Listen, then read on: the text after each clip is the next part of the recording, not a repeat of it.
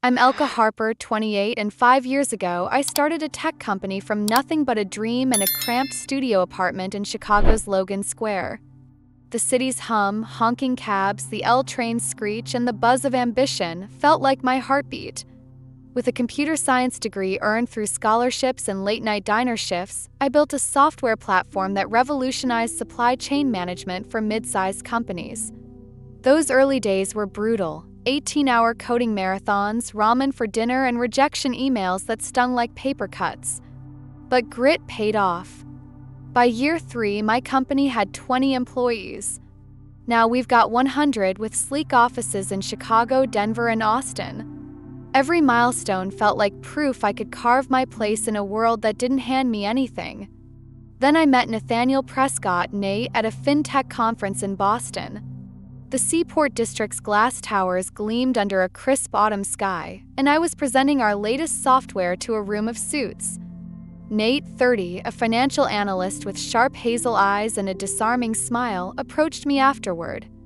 His questions about scalability weren't just polite, they were incisive, like he saw the gears of my mind and wanted to understand them.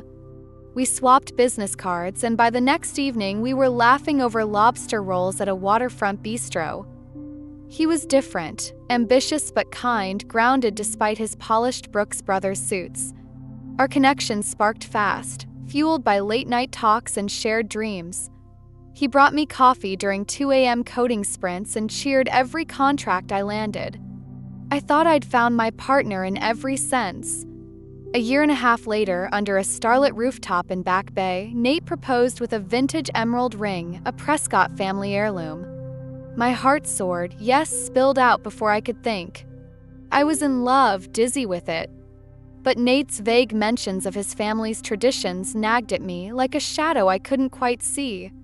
Prescotts, I'd learn, weren't just wealthy, they were old money, their name woven into Boston's elite like ivy on brownstone. I had no idea the cost of joining their world. Where in the world are you listening from? Drop your country in the comments, we'd love to know. And if you haven't subscribed yet, I highly recommend you do it right now so you don't miss any of our upcoming stories. These aren't just stories, they're deep life lessons, the kind you'll probably recognize from your own experiences. So stay with us, there's so much more to come. The invitation to the Prescott estate felt like a summons to a royal court. I spent hours preparing, trading my usual jeans for a navy dress, conservative yet elegant, bought from a boutique on Newberry Street. I rehearsed small talk about art and philanthropy, my palms sweaty despite the crisp Boston evening. Nate drove us in his BMW through winding roads lined with manicured oaks, the city fading into an enclave of wealth. Prescott Mansion loomed at the end of a private drive. A Georgian behemoth with ivory columns and gardens that screamed old money. "You didn't tell me you grew up in a palace," I whispered, half joking. Nate squeezed my hand. "It's just a house." But it wasn't. It was a fortress of privilege, and I felt like an intruder. Inside, a chandelier glittered over marble floors and family portraits, generations of Prescotts with Nate's confident jawline, watched me. A housekeeper took my coat, her silence as formal as her uniform. Toria Prescott emerged, a vision in a tailored black dress, her pearl necklace catching the light. Her hazel eyes, so like Nate's, sized me up in one cold sweep. "You must be Elke," she said, her handshake fleeting, her smile a practiced curve that didn't touch her gaze. Charles Prescott, silver-haired and distinguished, offered a warmer greeting, but Victoria's presence dominated. In the sitting room, I perched on an antique sofa, clutching a champagne flute, feeling her scrutiny like a spotlight. "So, Elke, your family?" Victoria's voice was honeyed steel. I shared my roots, Dad, a retired history teacher, Mom, a librarian who passed 3 years ago. "A teacher," she said, as if I'd confessed to vagrancy. Charles offered sympathy, but Victoria's nod was perfunctory. "No family money, then?" she pressed. Nate chuckled as I clarified. "I built my company from scratch." She barely acknowledged that my tech firm supplied their Prescott enterprises with software, a contract worth 20% of my revenue. Dinner was worse. The mahogany table gleamed with china and crystal, a maze of forks I navigated thanks to frantic etiquette research. Victoria's questions grew sharper. My education, University of Illinois, not Yale, my posture, even my compliments deemed grateful rather than refined. Then, without warning, she flung her wine glass's contents at me. Red liquid stung my eyes, dripped onto my dress. "That's to disinfect a poor girl," she said calmly. "Pay $200,000 to marry my son." I froze, the room spinning. Nate laughed, calling it a family tradition. Charles looked uneasy but stayed silent. The betrayal cut deeper than the wine. My company's ties to theirs, my love for Nate, all felt like traps now. It was past midnight, the glow of my laptop screen casting shadows across my Boston loft. The city outside hummed faintly, but my world felt eerily still after that humiliating dinner with the Prescotts. I couldn't shake the sting of Victoria's wine-soaked insult or Nate's laughter, but I wasn't prepared for what came next. An email pinged into my inbox from an anonymous sender, the subject line blank. My pulse quickened as I opened it, half expecting spam. Instead, I found a chilling message. "Victoria Prescott's dowry is just the start. She wants your company." Attached was a leaked internal memo from Prescott Enterprises, detailing a plan to pressure me into signing a contract amendment that would give them partial ownership of my software platform in exchange for continued partnership. The words hit like a gut punch. Victoria didn't just want $200,000. She wanted to puppeteer my business, my life, my everything. I sat frozen, coffee gone cold, as the implications sank in. My company, built from sleepless nights in a Chicago studio, was my soul. The idea of Victoria turning me into her pawn, both as Nate's wife and a business subordinate, made my stomach churn with rage and fear. Who sent this? A disgruntled employee? A Prescott family insider? The anonymity felt like a warning and a lifeline. I forwarded the email to my secure server, my hands trembling, knowing I was stepping into a dangerous game. This wasn't just about love anymore. It was a power grab, and I was the target. The next morning, I called Lucas Hayes, my sharpest analyst, into my office. The sleek, open-plan space in our Boston headquarters buzzed with the usual energy, but I felt like I was moving through quicksand. "Dig into Prescott Enterprises," I told Lucas, keeping my voice steady despite the storm inside. "Contracts, terminations, anything that smells like coercion." He nodded, sensing the urgency. Over the next few days, Lucas uncovered a pattern that made my blood run cold. Prescott Enterprises had a history of bullying smaller vendors, abruptly canceling contracts when executives defied the family's personal demands. One company, owned by a woman who'd refused a similar family tradition, had been blacklisted across Boston's elite circles. Victoria wasn't just ruthless, she was systematic. Each revelation fueled my resolve. I wasn't just fighting for my heart now, I was fighting for my company, my team, my legacy. But doubt gnawed at me. Could I take on a family with this much power? The anonymous email had lit a fire, but it also left me looking over my shoulder, wondering who else was watching. The days after the anonymous email felt like walking a tightrope over a pit of vipers. My office in Boston's financial district, with its floor-to-ceiling windows and view of the harbor, usually felt like a sanctuary. Now it was a war room. Victoria Prescott didn't just want my dignity, she wanted my company's soul. She began weaponizing our contract with Prescott Enterprises, which accounted for 20% of my revenue. Her team flooded my inbox with demands for software customizations far beyond our original agreement, changes that would cost thousands of hours and bleed my team dry. During a tense video call, their CIO, flanked by two smug IT managers, cited quality concerns and hinted at terminating our contract. Victoria herself joined, her voice icy through the screen. "I'm sure you'll accommodate us, Elke, given your personal connection to our family." The threat was clear: comply or lose everything. Worse, Victoria's influence spread like poison. Rumors, undoubtedly from her, began circulating among Boston's business elite. 2 clients, jittery about our stability, called to question our reliability. One, a logistics firm in Cambridge, hinted they'd heard from reliable sources that we were overextended. My heart sank as I reassured them, my voice steady but my mind racing.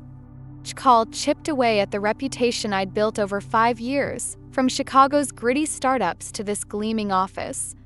I felt like a boxer taking hits from an opponent I couldn't see, my dream at risk of crumbling under Victoria's manicured grip. Then there was Nate. The man I loved, who once brought me coffee at 2 a.m., now felt like a stranger. His texts arrived daily, each one a jab at my resolve. "Just pay the dowry, Elke." "It's not a big deal," he wrote, as if $200,000 was pocket change and my humiliation was trivial. When I called him out, his tone turned patronizing. "You're being so American about this," he said, his voice dripping with condescension during a tense dinner at a Back Bay steakhouse. Clink of glasses and murmur of wealthy diners around us only deepened my isolation. In our world, traditions like this are normal. It proves you're serious about us. I stared at him, the emerald ring on my finger suddenly heavy. His words didn't just dismiss my feelings, they erased my worth. He didn't see me as the woman who'd built a company from nothing. He saw me as an obstacle to his family's approval. Each conversation with Nate cracked my heart further. I'd lie awake in my loft, the city's skyline glittering coldly outside, replaying his laughter at his mother's wine-throwing stunt. The man I'd planned a future with wasn't my partner. He was Victoria's envoy, pushing me to bend, to break, to become someone I wasn't. Doubt gnawed at me. Was I overreacting? Could I salvage our love? But the anonymous memo haunted me, its words a warning that compliance meant losing not just my pride but my company. I felt trapped, torn between the life I'd envisioned with Nate and the reality of his family's control. Yet, deep inside, a spark of defiance flickered. I hadn't clawed my way from a Chicago studio to this corner office to let Victoria Prescott dictate my future. The weight of Victoria Prescott's schemes and Nate's betrayal already had me on edge, but nothing prepared me for the knife in my back from my own team. It was a gray morning in Boston, the kind where the Charles River blends into the fog.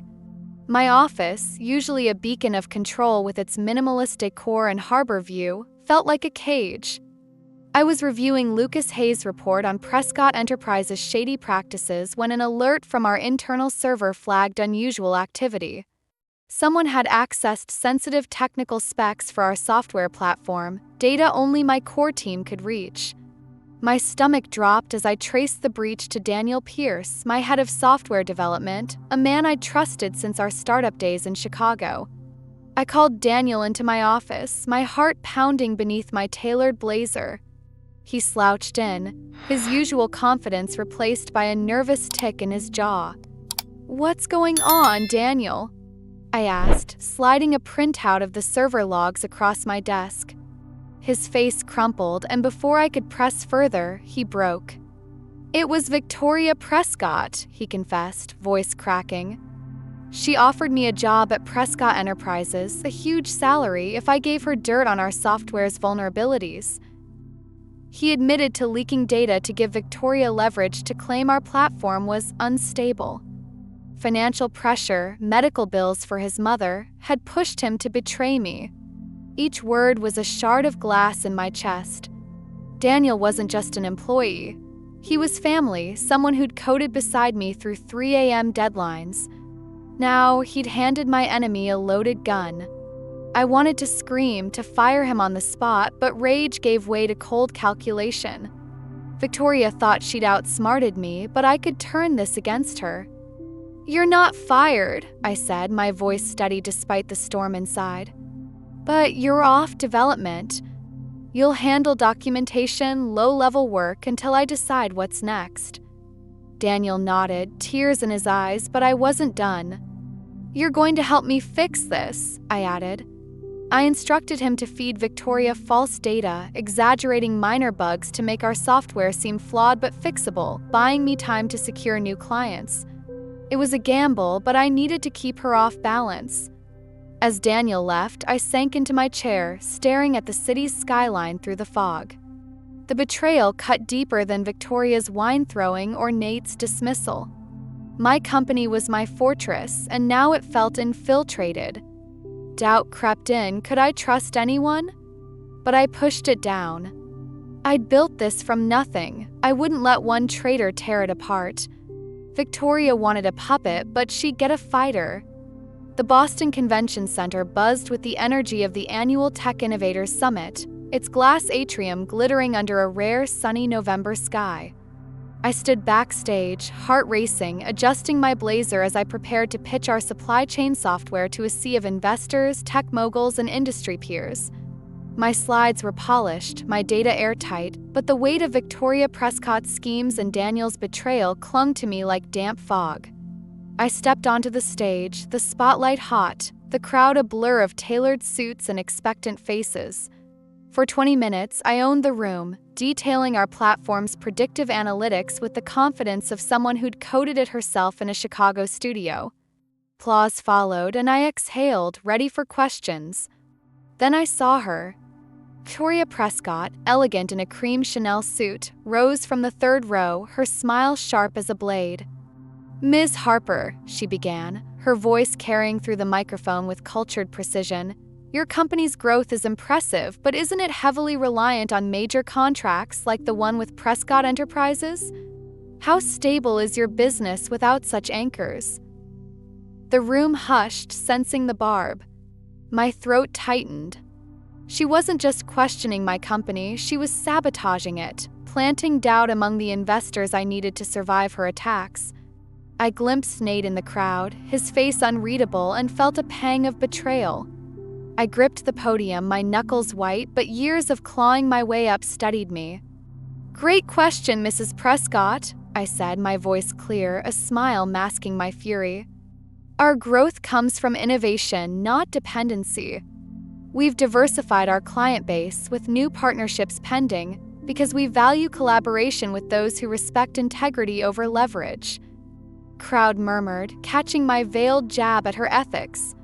I pushed on, citing our 22% revenue growth and upcoming product launches, each fact a brick in the wall I was building against her. Victoria's eyes narrowed, but I held her gaze, the room electric with tension. "We choose partners who see value in our work, not in power plays," I finished, to scattered applause.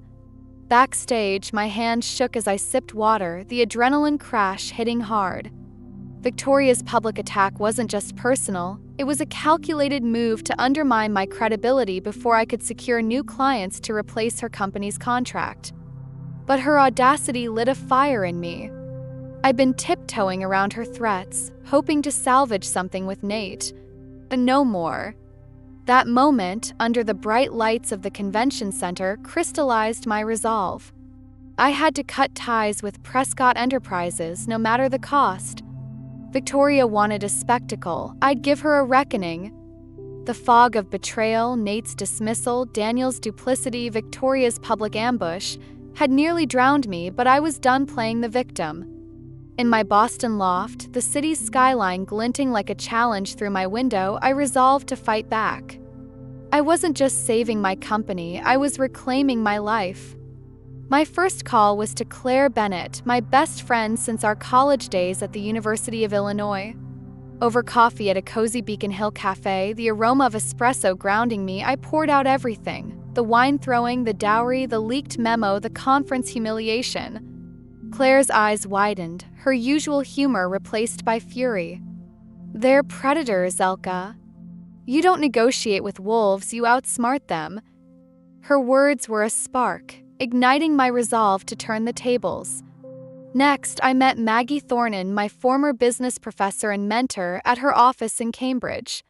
Her cluttered desk, stacked with books and framed degrees, felt like a safe harbor. Maggie listened, her sharp eyes narrowing as I shared Victoria's schemes. "She's a classic bully," Maggie said, leaning forward. Use her overconfidence against her. You've got the brains and the evidence. With her guidance, I crafted a plan. Secure new clients to replace Prescott Enterprises, expose their unethical practices, and prepare a legal exit strategy. My company wasn't just a business, it was my legacy, and I'd be damned if Victoria stole it. I tasked my sales team with fast-tracking deals with Meridian Global and Frost Technologies, two competitors of Prescott Enterprises who'd shown interest in our software. Late nights in our financial district office buzzed with energy, laptops glowing, takeout containers piling up as we polished proposals. Meanwhile, Lucas Hayes dug deeper into Prescott Enterprises' history, uncovering a trail of coerced contracts and questionable accounting that could embarrass them in court or the press. My CFO, Sophie Klein, ran projections. Losing Prescott's contract would sting, but with new clients, we'd recover in 2 quarters. The numbers gave me confidence, but the real armor was Eleanor Walsh, our corporate counsel. In her sleek downtown office, Eleanor reviewed Victoria's emails and demands. "This is tortious interference," she said, her voice calm but steely. "You've got grounds to walk away clean." Victoria's next move was a summons to another family dinner at their mansion, a clear ploy to pressure me into paying the $200,000 dowry. I imagined her smug smile, the clink of crystal in that suffocating dining room, and my stomach churned. "No," I texted back, my fingers trembling with defiance. Instead, I sent a formal email inviting her to my office on Monday. Subject: Resolution of business relationship. My turf, my terms. Her reply was swift, dripping with arrogance. Come prepared to discuss business and personal matters. I smiled grimly, staring at the Boston skyline from my desk. She thought she'd corner me. She had no idea I was building a fortress of evidence, allies, and new partnerships. The woman who'd thrown wine in my face was about to meet the one who'd built an empire from nothing. I wasn't just fighting for my company, I was fighting for myself. Monday morning arrived like a storm breaking. I stood in my Boston office's conference room, the harbor's silver glint visible through the glass walls, wearing a tailored black suit with red accents, a silent declaration of power. My heart thundered, but I'd rehearsed every word, every gesture for this moment. Victoria Prescott's reign over my life ended today. Precisely 9 a.m., my assistant ushered her in. Victoria swept through the door, a vision in a designer suit that screamed wealth, her posture radiating the confidence of someone who'd never lost. "Amanda," she said, settling across from me, her smile a razor's edge. "I'm pleased you've come to your senses. Nathaniel will be relieved." Her assumption that I'd cave fueled my resolve. "Thank you for coming, Mrs. Prescott," I replied, my voice calm, professional, though my pulse raced. "But this meeting isn't what you think." Her smile faltered as I opened a folder, sliding documents across the polished table. Emails, meeting notes, the leaked memo exposing her plan to seize my company.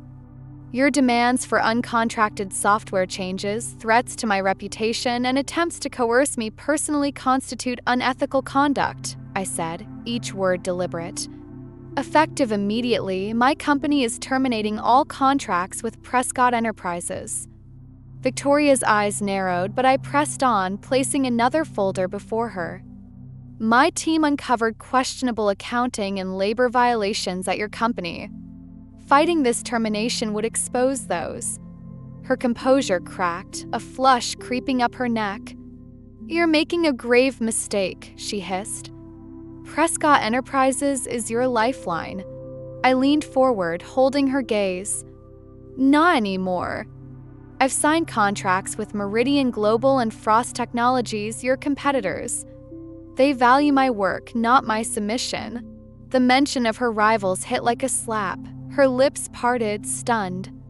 I reached for a small package my assistant had brought in, revealing Nate's emerald engagement ring, now in a courier envelope. "This is for Nathaniel," I said, sliding it across. "I'm returning it with the dignity you denied me when you threw wine in my face." Victoria's face twisted with fury. "You ungrateful," I cut her off, my voice steady but fierce. I'm not finished. I don't buy husbands, Mrs. Prescott, and I don't sell my dignity. That $200,000 you demanded? I'm donating it to a scholarship fund for first-generation entrepreneurs, people who build their futures, not buy them. The room was silent, the air thick with her shock. I stood, signaling the end. The termination documents and our legal team's contact are in that folder. Security will escort you out. Her eyes burned, calculating, but I added, one more thing. Stories about powerful families bullying smaller companies make compelling headlines. This can end cleanly, or we can test how Boston's business community reacts to your methods. She rose, clutching her purse, her voice icy. Nathaniel deserves better. We agree, I shot back, but for different reasons. As security let her out, I exhaled, my hands trembling with adrenaline's aftermath. I'd faced the dragon and won, not just for my company, but for the woman who'd built it from nothing. The harbor sparkled outside, a new day dawning. The weeks following my showdown with Victoria were a whirlwind. Losing Prescott Enterprises' contract hit hard, revenue dipped, and we delayed a product launch to tighten expenses. But my team rallied, their faith in me a lifeline. In our Boston office, we worked late, fueled by takeout and determination, signing deals with Meridian Global and Frost Technologies. Within 6 months, we not only recovered but soared, revenue climbed 22%, and we opened a fourth office in Seattle, its skyline a new horizon of possibility. I drafted a strict ethics policy, ensuring no client could ever hold us hostage again. Each step felt like reclaiming ground Victoria had tried to steal. A surprise came when Charles Prescott called. His voice, heavy with regret, crackled through my phone. I'm sorry, Elke, he said. I enabled Victoria's behavior for too long. He'd left Prescott Enterprises and moved out of their mansion, seeking a quieter life. His apology, raw and unexpected, softened the edges of my anger. Nate, however, was another story. His texts oscillated between pleas, I was wrong, let's talk, and flowers with notes promising dinner without family. One evening, he appeared at my loft, disheveled, claiming therapy had opened his eyes. But his betrayal lingered like a bruise. I'm glad you're growing, Nate, I said, my voice steady, but we're done. He left, and with him, the life I'd once imagined. My stand resonated beyond my office. Evan Brooks, my friend at the Boston Business Journal, published a feature praising my company's integrity, spotlighting our refusal to bow to power plays. The article sparked invitations to speak at conferences from Chicago to San Francisco, where I shared lessons on protecting personal values in business. Each stage, each applause rebuilt my confidence. Boston's skyline, once a reminder of battle, now gleamed with promise. I'd lost a fiancé but gained myself, a victory worth every fight. A year after my battle with the Prescotts, I stood at a tech conference in San Francisco, the Golden Gate Bridge a faint silhouette through the fog. The city's energy, innovative, unapologetic, mirrored my own. There, I met Liam Carver, founder of a cybersecurity firm. His questions about my platform were sharp, his smile genuine, devoid of the condescension I'd known with Nate. Over coffee in a bustling Mission District cafe, we talked business, dreams, and lessons from past scars. When I shared my story, Liam's response was simple: their loss, my gain. Our connection grew slowly, rooted in mutual respect, not demands or ultimatums. For the first time, I felt seen not as a trophy or a transaction, but as Elke Harper, the woman who'd built an empire. Months later, at an industry gala in Boston's glittering seaport, I crossed paths with Nate. He approached, a new girlfriend on his arm, her diamonds sparkling with Prescott approval. You were right to stand up to my mother, he said, his voice soft with regret. And to me. I nodded, feeling only relief, the weight of our past dissolved. I'd escaped a life that would have dimmed my spirit. That night, I accepted an innovation award, the crowd's applause echoing through the chandelier-lit hall. Success isn't just building something valuable, I said in my speech. It's refusing to devalue yourself in the process. 3 lessons shaped me. First, true strength lies in walking away from toxic relationships or deals, no matter the cost. Second, your worth isn't measured by money or someone else's approval, but by your integrity. Third, real partnerships, business or personal, thrive on equality, not control. I learned my value isn't for sale, and neither is yours. If my journey resonated, hit that like button, share this story, and subscribe for more tales of standing tall. Have you ever walked away from something that compromised your worth? Drop your story in the comments, I'd love to hear it. Let's keep inspiring each other to choose dignity over defeat.